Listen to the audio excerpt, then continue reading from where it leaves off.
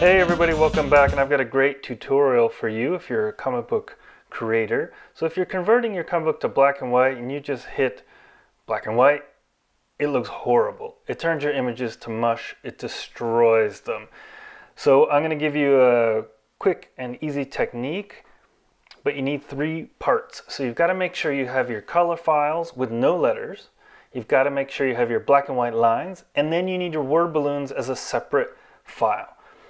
Key thing about this is all the files have to be exactly the same size. Sometimes your colorists and letterers change the file size. And sometimes they change the color space, so you've got to change that too.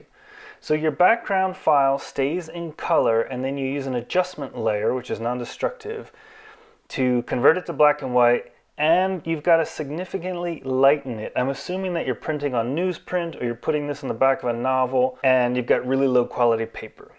Now you can lighten colors individually with another adjustment layer, so you can change the individual lightness of specific colors as you need, but you've really got to lighten these up if you're going to print on newsprint. Now you're going to add your black and white file as a new layer, and you're going to make sure that the letters are on top. So you've got the letters on the very top. I'm moving that down. Letters on the very top. Then your black and white lines. And here's what you do with the black and white lines. You change the blend mode to multiply. That makes the whites become transparent but leaves the blacks the way they are. And look at the way it adds those lines back into the file.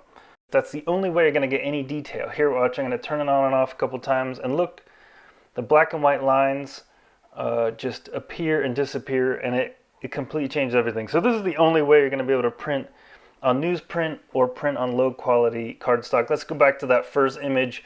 Here's a difference when I put those black and white lines back on. Completely changes everything.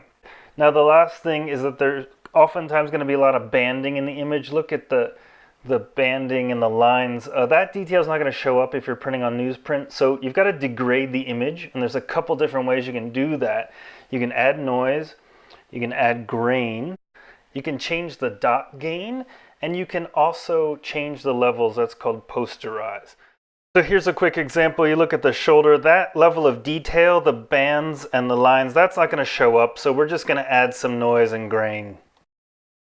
So that's it. We're done in 3 minutes and 9 seconds. I really hope this tutorial was helpful if you're going to take a color comic book and convert it to black and white for printing on newsprint or low quality paper.